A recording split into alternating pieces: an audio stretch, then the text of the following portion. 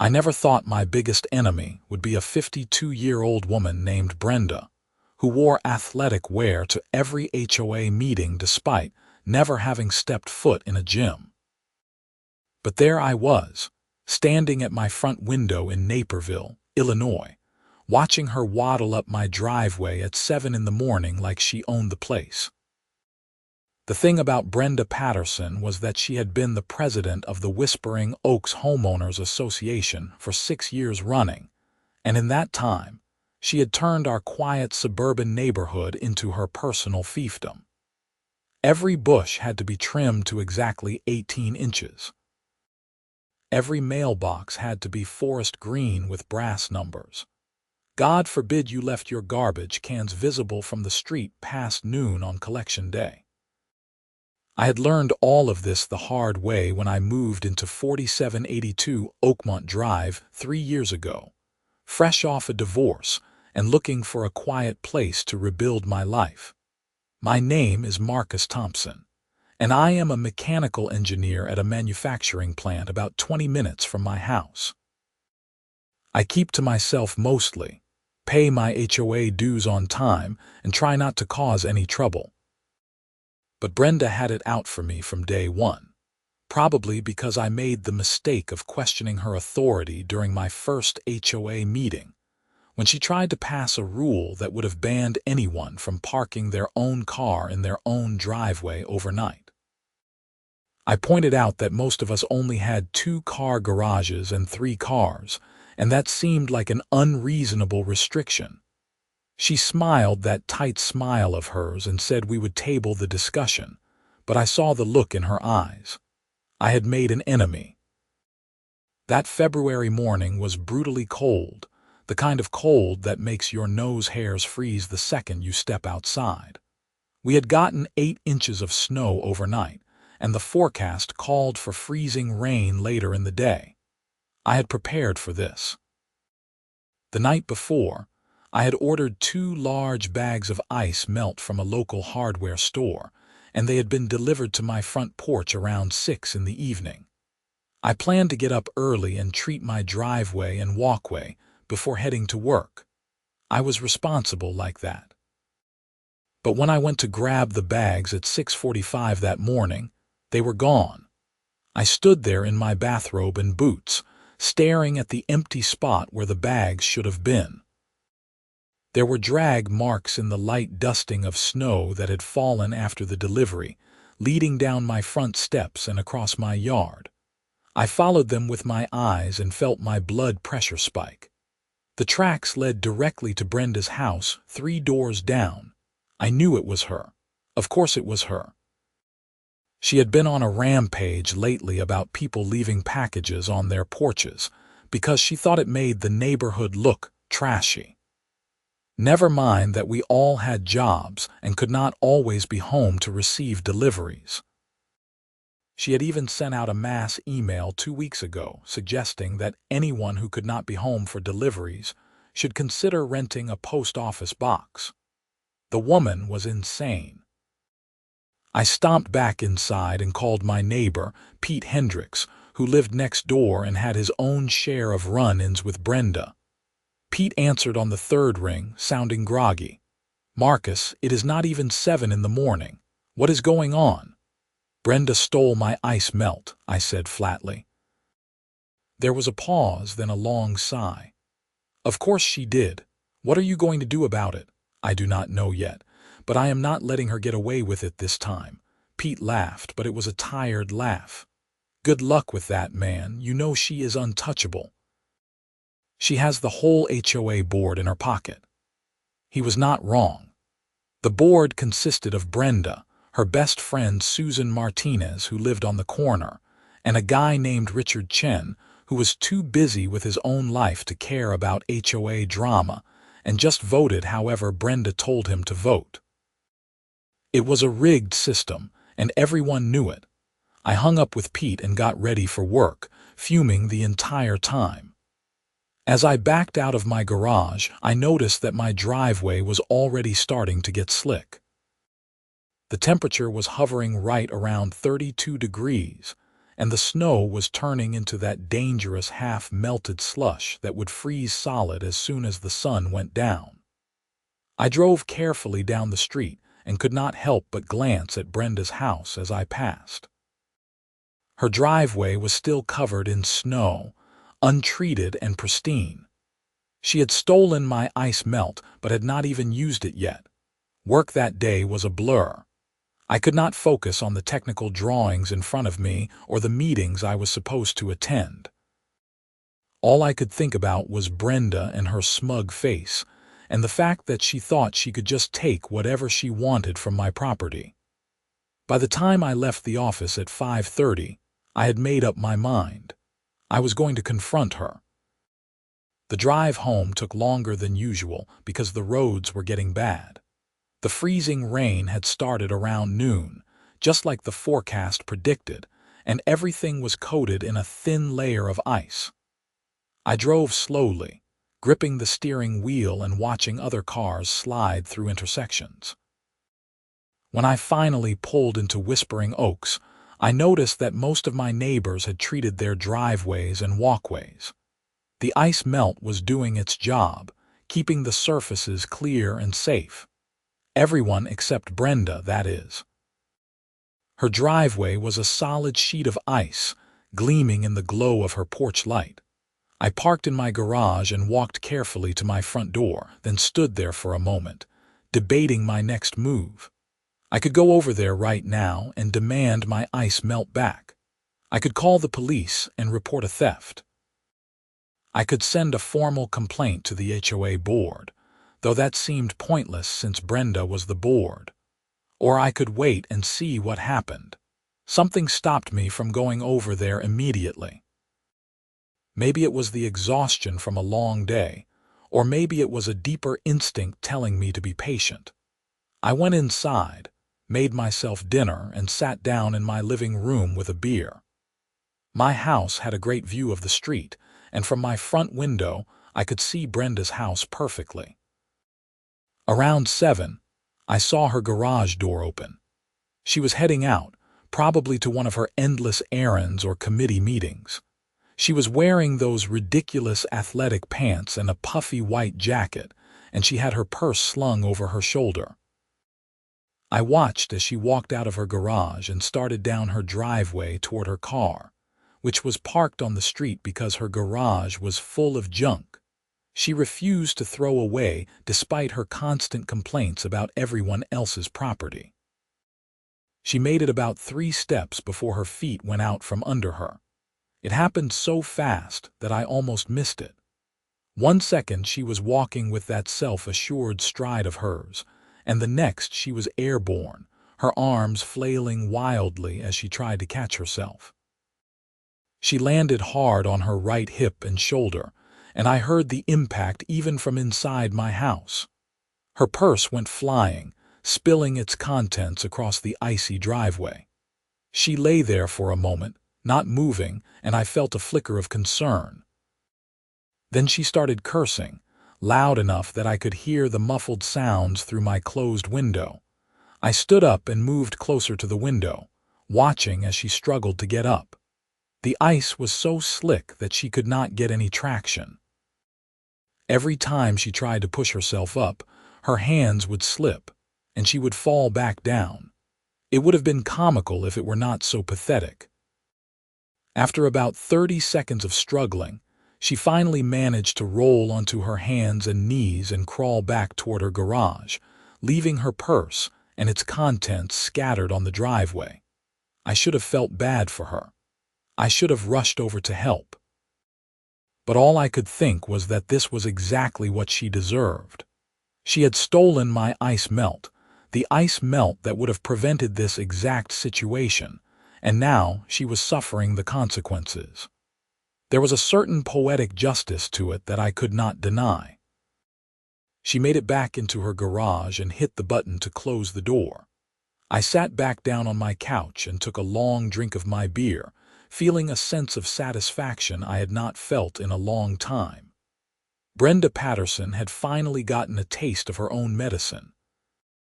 The next morning I was up early again, and the first thing I did was look out my front window. Brenda's driveway was still a mess. Her purse and its contents were still scattered across the ice, frozen in place now after the overnight temperatures had dropped into the teens. There was no sign of Brenda herself, and her car was still parked on the street. I wondered if she was hurt badly enough that she could not go out and retrieve her things. Part of me hoped she was just embarrassed. I went through my morning routine and was about to leave for work when there was a sharp knock on my door. I opened it to find Susan Martinez standing there, bundled up in a ridiculous fur-trimmed coat that probably cost more than my mortgage payment. Susan was Brenda's right-hand woman, a 50-year-old real estate agent who had sold half the houses in the neighborhood and never let anyone forget it. "Marcus, we need to talk about your driveway," she said without preamble. I blinked at her. "My driveway, what about it? It is a safety hazard. Brenda slipped and fell on the ice last night, and we believe it happened because you did not properly treat your property." I stared at her for a long moment, trying to process what she had just said. "Susan, she fell on her own driveway, not mine." Susan's lips pressed into a thin line. "Yes, but the ice from your property has been running down the street and pooling at the base of her driveway. You are responsible for maintaining your property in a way that does not endanger others." This was so absurd that I actually laughed. "Are you serious right now?" "First of all, that is not how ice works. Second, even if it were, Brenda stole my ice melt off my porch 2 days ago. That is why I could not treat my driveway properly." Susan's expression did not change. "I do not know what you are talking about. Brenda would never steal anything. She is the president of this HOA and a respected member of this community. There are drag marks in the snow leading from my porch to her house. I can show you if you want. That proves nothing. Anyone could have made those marks. What I know for certain is that you violated HOA Code Section 12.4, which states that all homeowners must maintain their property in a safe condition that does not pose a risk to others. Brenda is considering taking legal action, and the board will be discussing a fine at our next meeting." I felt my temper rising but forced myself to stay calm. "Let me get this straight.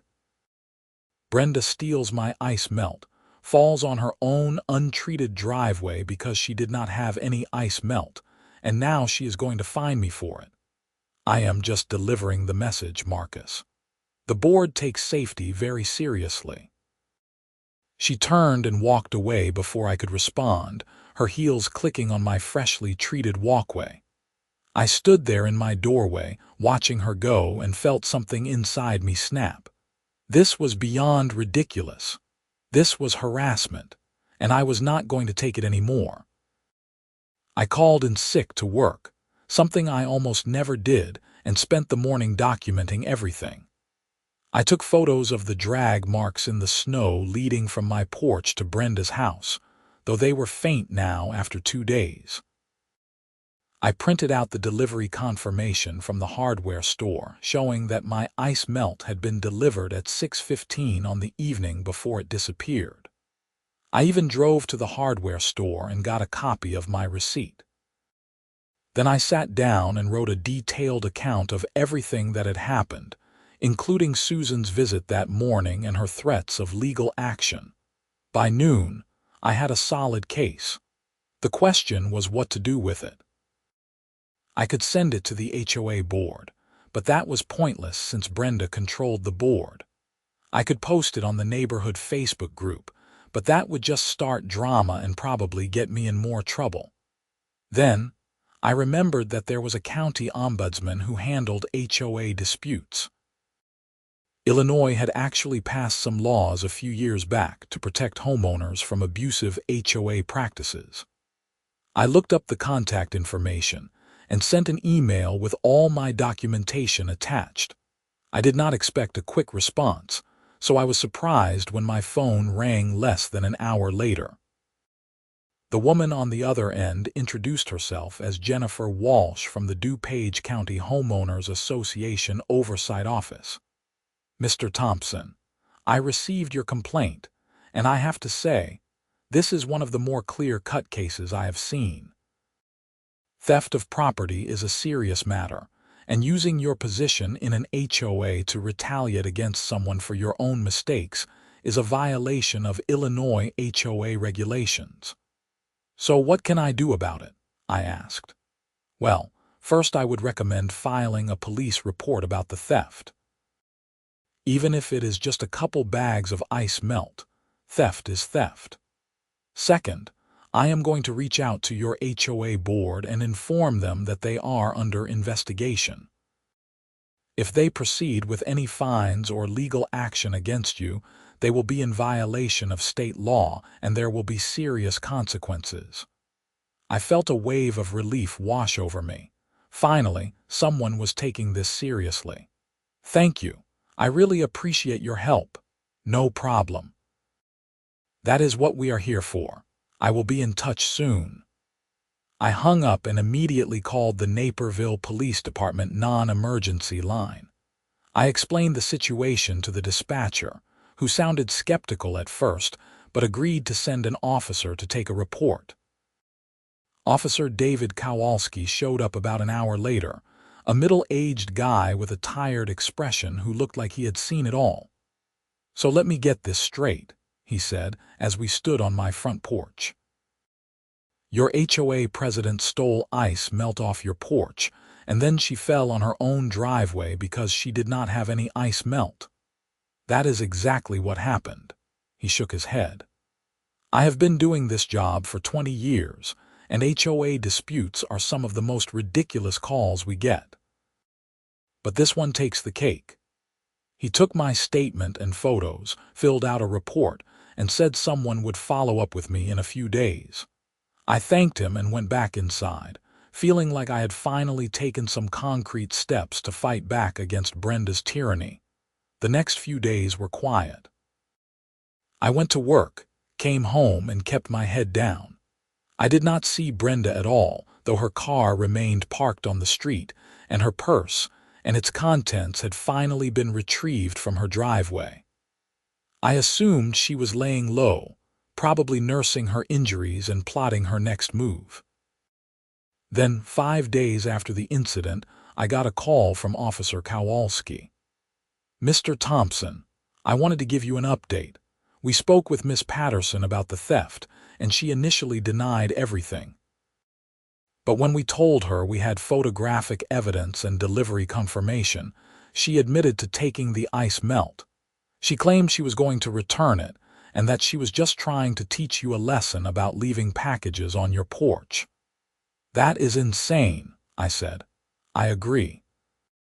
The good news is that she has agreed to compensate you for the ice melt and issue a written apology. The bad news is that she is still insisting that you are liable for her fall, and she is talking about filing a civil suit. I groaned. Of course she is. Here is the thing, though. I talked to our legal department, and they said she does not have a leg to stand on. She stole your property, which prevented you from treating your driveway, and then she fell on her own property because she did not treat it. There is no way any judge would rule in her favor.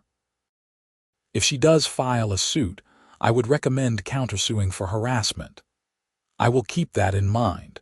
Thank you, officer. 2 days later, I received a letter in the mail from Brenda. It was typed on official HOA letterhead and was addressed to me in the most passive-aggressive way possible. Dear Mr. Thompson, it has come to my attention that there was a misunderstanding regarding certain items that were left on your front porch.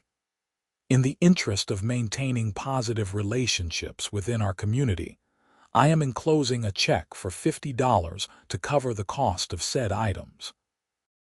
I hope we can move forward from this incident and continue to work together to keep Whispering Oaks a beautiful and safe place to live. Sincerely, Brenda Patterson, HOA President. There was no actual apology, of course. Just a vague acknowledgement of a misunderstanding and a check that was probably $10 more than the ice melt had actually cost. I cashed the check and filed the letter away with the rest of my documentation. I had a feeling I was going to need it. The HOA meeting was scheduled for the following Thursday evening at 7. I had not planned on attending, but I received an email from Jennifer Walsh at the County Oversight Office encouraging me to be there. She said she would be attending as well to observe and to address some concerns she had about the board's conduct. That got my attention. The meeting was held in the community center at the entrance to our neighborhood, a bland rectangular building with fluorescent lights and folding chairs that made everything feel like a corporate training session. When I arrived at 6:55, the room was already half full. I recognized most of my neighbors, including Pete Hendricks, who waved me over to sit next to him. "This should be interesting," he whispered as I sat down.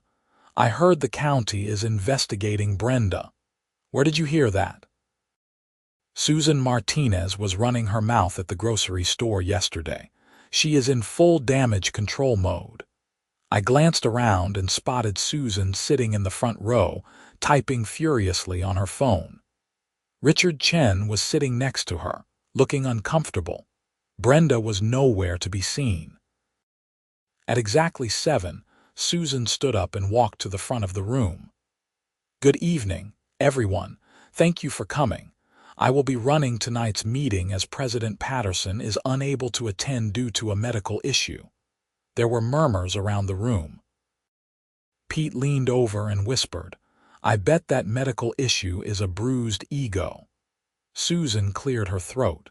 "We have a full agenda tonight, but before we begin, I understand we have a guest from the County Oversight Office. Miss Walsh, would you like to introduce yourself?" A woman in her 40s with short gray hair and glasses stood up from the back of the room. "Thank you, Miss Martinez. My name is Jennifer Walsh, and I am with the DuPage County Homeowners Association Oversight Office. I am here tonight to observe your meeting and to address some concerns that have been brought to my attention regarding this board's conduct." Susan's smile was frozen on her face. "Of course, we are always happy to cooperate with county officials. Perhaps we can address your concerns at the end of the meeting during the open forum." "Actually, I think we should address them now," Jennifer said, walking to the front of the room.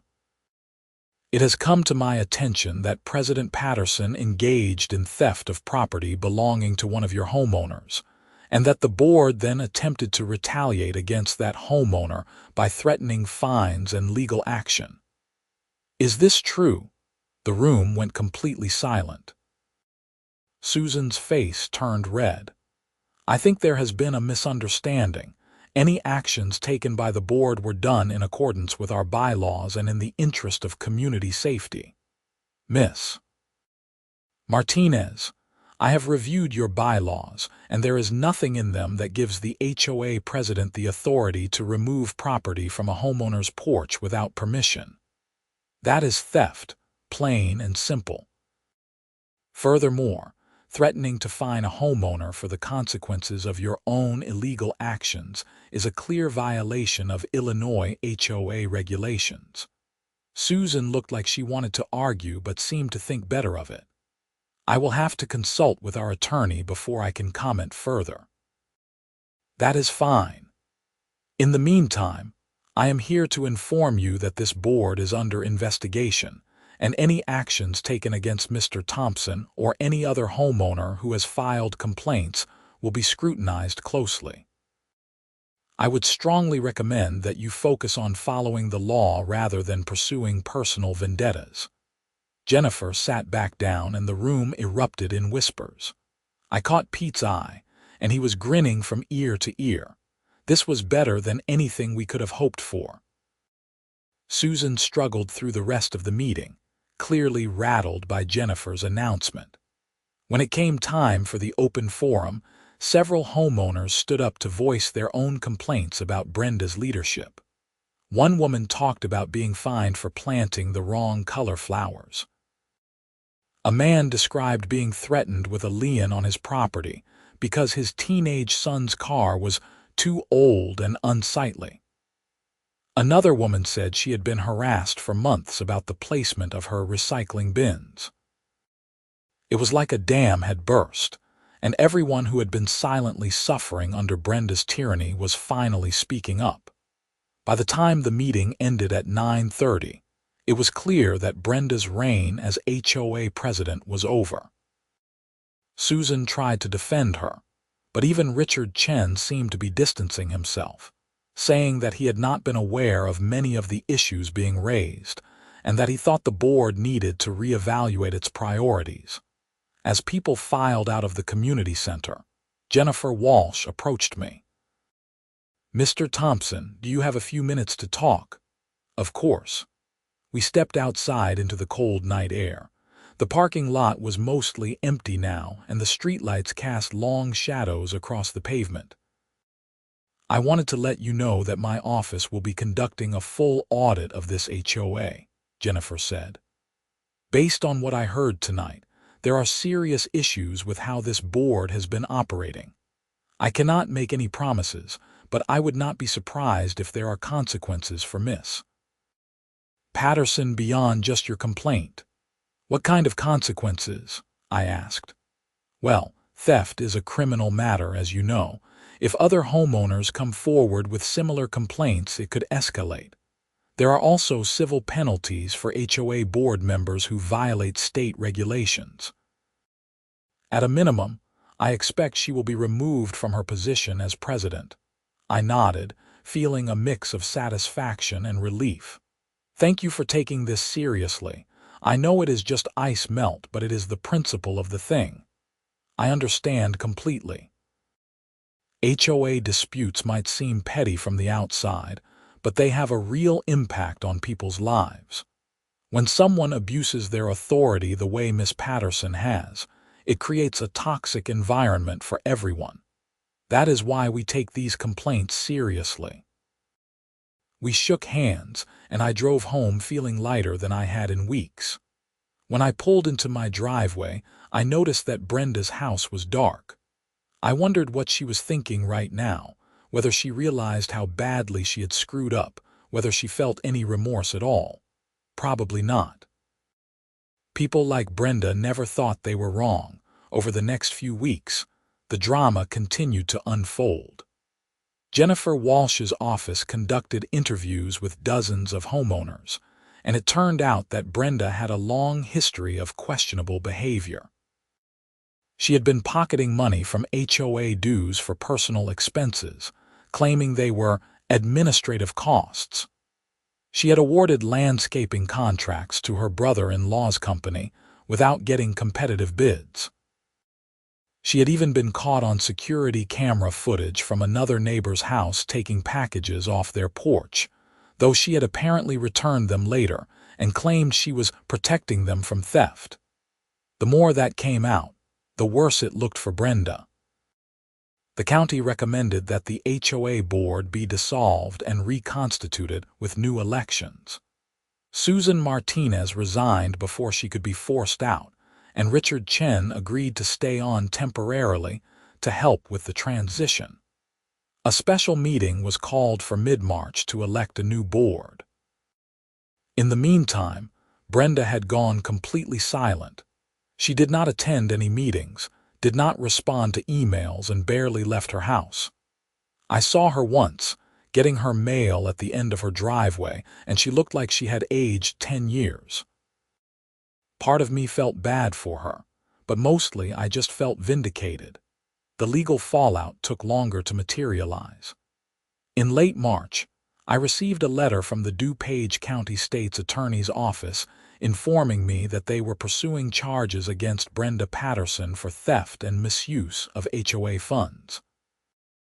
The theft charge related to my ice melt was relatively minor, but the financial impropriety was serious. She had allegedly taken more than $15,000 from HOA accounts over the past 3 years, money that was supposed to go toward neighborhood maintenance and improvements. I was asked to testify at a preliminary hearing in April. The courthouse in Wheaton was imposing, all marble and dark wood, and I felt nervous as I sat in the witness box and recounted what had happened. Brenda was there with her attorney, a slick-looking guy in an expensive suit who tried to make it seem like the whole thing was a misunderstanding. But the evidence was overwhelming. There were bank records, receipts, testimony from other homeowners, and even the security footage showing her taking packages. The judge ruled that there was enough evidence to proceed to trial, and a date was set for July. Brenda's attorney tried to negotiate a plea deal, but the prosecutors were not interested. They wanted to make an example of her, to send a message that HOA board members could not abuse their authority without consequences. The trial lasted 3 days. I testified again, along with Pete Hendricks and several other neighbors. Jennifer Walsh testified about the county's investigation and the violations she had uncovered. A forensic accountant testified about the missing HOA funds and how Brenda had tried to hide her tracks by creating fake invoices and receipts. Brenda's defense was weak. Her attorney argued that she had made mistakes, but had not intended to break any laws, that she had been overwhelmed by the responsibilities of being HOA president and had not kept proper records. The jury did not buy it. After less than 2 hours of deliberation, they found her guilty on all counts: theft, embezzlement, and fraud. The sentencing hearing was scheduled for August. I did not attend, but Pete called me afterward to fill me in. Brenda had been sentenced to 18 months in county jail, with the possibility of early release after 12 months if she showed good behavior. She was also ordered to pay full restitution to the HOA, plus fines and court costs. Her attorney looked devastated, but Brenda herself showed no emotion. She just stood there, staring straight ahead, as the judge handed down the sentence. I wish I could say I felt triumphant when I heard the news, but mostly I just felt tired. The whole ordeal had taken months and had consumed way more of my time and energy than I ever wanted to spend on HOA drama. But I also felt like justice had been served, like the system had actually worked the way it was supposed to. Life in Whispering Oaks slowly returned to normal after that. The new HOA board was elected in September, and it was a diverse group of reasonable people who actually seemed to care about the neighborhood rather than just wielding power. They immediately repealed some of Brenda's more ridiculous rules and focused on real issues like maintaining the common areas and organizing community events. Pete Hendricks was elected president, and he asked me to serve on the board as treasurer. I was hesitant at first, given everything that had happened, but he convinced me that we had an opportunity to make real changes and ensure that what happened with Brenda never happened again. I agreed, and I have to say, it has been a positive experience. We implemented transparent accounting practices, term limits for board members, and a formal complaint process for homeowners who feel they are being treated unfairly. Brenda served 13 months in county jail and was released in September of the following year. I heard through the neighborhood grapevine that she moved to Arizona to live with her daughter after her release. Her house in Whispering Oaks was sold to a young couple with 2 kids who seemed nice enough. I have never seen or heard from Brenda again, and I am fine with that. Looking back on the whole experience, I learned a few important lessons. First, never underestimate the pettiness of people in positions of minor authority. Second, document everything, because you never know when you are going to need evidence. And third, sometimes the best revenge is just letting people face the natural consequences of their own actions. That night when I watched Brenda slip and fall on her own untreated driveway, I could have rushed over to help her. I could have been the bigger person. But the truth is, she had stolen my ice melt, the very thing that would have prevented her fall, and then tried to blame me for the consequences. There was a certain poetry to it, a kind of cosmic justice that I could not help but appreciate. In the end, Brenda's downfall was not because of the ice melt or even because of me. It was because she had spent years abusing her authority, mistreating her neighbors, and breaking the law. The ice melt incident was just the catalyst that finally brought everything to light. If she had not stolen from me, if she had not tried to retaliate against me, none of this would have happened. But she did, and now she has to live with the consequences. As for me, I am still living in my house on Oakmont Drive, still working at the same manufacturing plant, still keeping to myself for the most part. But I am also more involved in my community now, more willing to speak up when I see something wrong, more confident that my voice matters. Brenda tried to make me feel small and powerless, but instead she gave me the motivation to stand up for myself and for others who could not stand up for themselves. And every winter when the first snow falls and I go out to treat my driveway with ice melt, I think about that night and allow myself a small smile. Justice is not always swift, and it is not always obvious, but sometimes, if you are patient and persistent, it does come around. The neighborhood is better now. People are friendlier, more willing to help each other out. There is less fear of arbitrary fines or harassment. The HOA actually functions the way it is supposed to, as a way to maintain property values and create a sense of community, rather than as a tool for one person's ego trip. Pete and I have become good friends through all of this. We grab beers occasionally and talk about work and life, and occasionally about the whole Brenda situation. He likes to joke that I should write a book about it, but I tell him nobody would believe it. Truth really is stranger than fiction sometimes. I have also gotten to know some of my other neighbors better.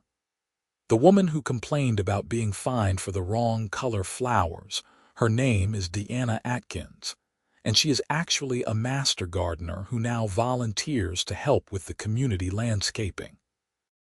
The guy with the teenage son and the old car, his name is Tom Rogers, and his son is now in college studying automotive engineering.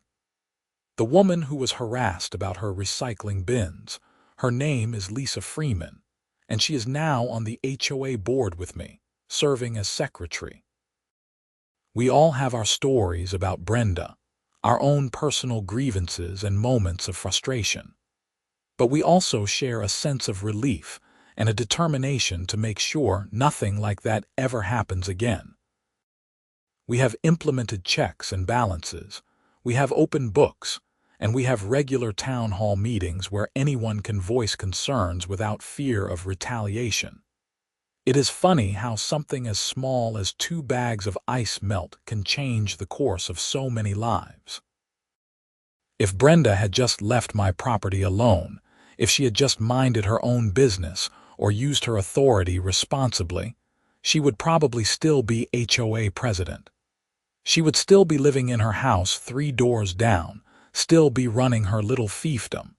But she could not help herself. She had to take what was not hers, had to assert her dominance, had to prove that she was in charge, and in doing so, she destroyed everything she had built. Her reputation, her position, her freedom, all gone because she could not resist the urge to take 2 bags of ice melt off my porch. It is almost tragic in a way, this slow-motion collapse of a petty tyrant brought down by her own petness. But I do not feel sorry for her. She had every opportunity to do the right thing, to be a good leader, to treat her neighbors with respect and dignity. Instead, she chose to abuse her power, to steal and lie and manipulate. And when she finally got caught, when the walls started closing in, she still could not admit she was wrong. She still tried to blame everyone else, to paint herself as the victim. That is what people like Brenda do. They never see themselves as the problem. They always have an excuse, always have someone else to blame. But the reality is that she made her choices, and those choices had consequences. The fact that those consequences came about partly because she slipped and fell on her own untreated driveway, the driveway she could have treated with my stolen ice melt, is just the universe's way of adding an exclamation point to the whole sordid tale. I have thought a lot about that moment, about whether I should have helped her when I saw her fall. I have wondered if watching her struggle makes me a bad person, if I should feel guilty about taking satisfaction in her misfortune. But every time I start to go down that road, I remember everything she put me and my neighbors through. I remember the stress and the anxiety and the feeling of helplessness that came with living under her rule. And I remind myself that I did not cause her to fall. She caused herself to fall by stealing my ice melt and failing to treat her own driveway. There is a difference between actively harming someone and simply allowing them to face the consequences of their own actions. I did not push Brenda down her driveway. I did not sabotage her property or set a trap for her. I simply chose not to intervene when she suffered the natural and predictable result of her own poor decisions. And I think that is okay. I think sometimes people need to fall, literally and figuratively, in order to understand that their actions have consequences. The legal process was long and exhausting, but it was also educational. I learned a lot about how HOAs are supposed to operate, about the laws that govern them, about the rights that homeowners have. I learned that there are people and organizations out there whose job is to protect homeowners from exactly the kind of abuse we were experiencing. I learned that speaking up matters, that documentation matters, that persistence matters. I also learned that communities are stronger when people work together and weaker when one person tries to control everything. Brenda thought she was making Whispering Oaks better by enforcing strict rules and maintaining an iron grip on every detail. But all she was really doing was creating resentment and division. Now, with a more democratic and transparent HOA board, the neighborhood actually feels like a community. People talk to each other, help each other out, look out for one another. That is what a neighborhood is supposed to be. As I sit here now, nearly 2 years after that cold February morning when I discovered my ice melt missing, I can honestly say that I am grateful for what happened. Not grateful that it happened exactly, but grateful for what came out of it. I am more engaged with my community, more aware of my rights and responsibilities, more confident in my ability to stand up for myself. I have made new friends, learned new skills, and played a role in making my neighborhood a better place to live. And every time I see that spot on Brenda's old driveway where she fell, I am reminded that actions have consequences, that justice exists even if it sometimes takes a while to arrive, and that sometimes the best thing you can do is simply stand back and let karma do its work. The young couple who bought Brenda's house, their names are Mike and Emily Turner, and they are delightful. They have a 4-year-old daughter and a 2-year-old son, and they are always outside playing or working in their yard. Mike is a high school teacher, and Emily works from home as a graphic designer. They are exactly the kind of neighbors you want, friendly and considerate and respectful of the community rules without being obsessive about them. I helped them move in last fall, carrying boxes and assembling furniture. They knew nothing about the history of the house or about Brenda, and I did not volunteer the information. It is not my place to taint their view of their new home with stories about the previous owner. They will make their own memories there, happy ones I hope, and eventually the house will be known as the Turner house rather than Brenda's house. Pete jokes that we should put up a plaque or something commemorating the spot where Brenda fell, but I tell him that is too morbid. The truth is, I do not want to dwell on Brenda or what happened. I do not want her to take up any more space in my head than she already has. She is gone, and that is enough. Life moves forward. Seasons change. Snow falls and melts and falls again. Driveways get treated with ice melt, and people go about their lives without fear of arbitrary punishment for minor infractions. The Whispering Oaks Homeowners Association sends out quarterly newsletters now, full of useful information about community events and maintenance schedules, rather than stern warnings about rule violations. It is a small thing, but it represents a fundamental shift in how we think about our neighborhood and our role in it.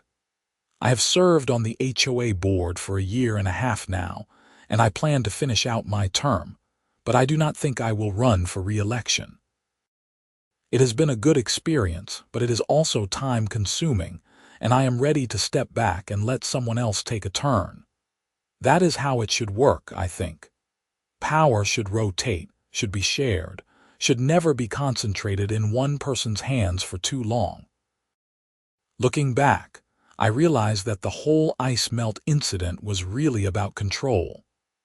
Brenda wanted to control everything and everyone in the neighborhood, and when I dared to question her authority, she felt threatened. Taking my ice melt was her way of asserting dominance, of putting me in my place. But it backfired spectacularly, because it exposed her for what she really was, a bully and a thief who had been getting away with it for far too long. I am glad I documented everything. I am glad I reached out to the county oversight office. I am glad I filed that police report. It would have been easier to just let it go, to write off the ice melt as a loss and move on with my life. But sometimes the easier path is not the right path. Sometimes you have to fight, not because you enjoy conflict, but because it is the only way to stop injustice. The people of Whispering Oaks are better off now because I chose to fight. Brenda is no longer in a position to hurt anyone else, to steal from anyone else, to make anyone else feel small and powerless. And while I did not set out to be a hero or to change the world, I am proud of the role I played in making things right. As winter approaches again, I have already stocked up on ice melt. I have several bags in my garage, ready to go at the first sign of snow or ice. I will treat my driveway and my walkway, and I will probably treat my elderly neighbor's driveway too, because that is what neighbors do. We look out for each other. We help each other. We do not steal from each other and then try to blame the victim when things go wrong. There is something deeply satisfying about taking care of your property, about being prepared, about doing the right thing even when no one is watching. I think that is what Brenda never understood. She was so focused on controlling everyone else that she forgot to take care of herself and her own responsibilities. She thought she was above the rules, that her position as HOA president gave her special privileges. But in the end, she learned the same lesson we all eventually learn. Nobody is above consequences. I hope she is doing okay in Arizona. I hope she has learned from her mistakes and found some peace. But I also hope she thinks about what she did, about the people she hurt, about the trust she violated. I hope she understands now that leadership is not about power or control, but about service and responsibility. I hope she regrets her actions, not because she got caught, but because she genuinely understands that what she did was wrong. But even if she does not, even if she still thinks she was justified or that she was treated unfairly, it does not matter. Justice was served. The neighborhood has moved on. And I have moved on too, stronger and wiser and more committed than ever to standing up for what is right. Every time I drive down Oakmont Drive and pass what used to be Brenda's house, I think about that February evening when I stood at my window and watched her fall. I think about the choice I made not to help her, not to intervene, but simply to let events unfold naturally. And I know, deep in my heart, that I made the right choice. Not because I wanted her to suffer, but because she needed to face the consequences of her actions without anyone swooping in to save her from herself. That is the moment everything changed. That is the moment when Brenda's carefully constructed facade began to crumble. That is the moment when the truth started to come out. And it all happened because she could not resist stealing 2 bags of ice melt from my front porch. Sometimes the smallest actions have the biggest consequences. Sometimes justice comes in unexpected forms. And sometimes the best thing you can do is simply stand back, watch, and let the universe take care of the rest. I am Marcus Thompson. I live at 4782 Oakmont Drive in Naperville, Illinois. And this is my story about how Karen stole my ice melt from my porch, so I watched her slip and fall on her own untreated driveway. It is a story about petty tyranny and poetic justice, about standing up for yourself and letting people face the consequences of their own actions. It is a story about community and responsibility and the importance of fighting back against abuse of power, no matter how small or insignificant it might seem. And it is a story with a happy ending, at least for most of us. Brenda is gone, the neighborhood is better, and I go to bed each night knowing that I did the right thing. That is all any of us can really ask for in this life. That, and maybe a good supply of ice melt when winter rolls around.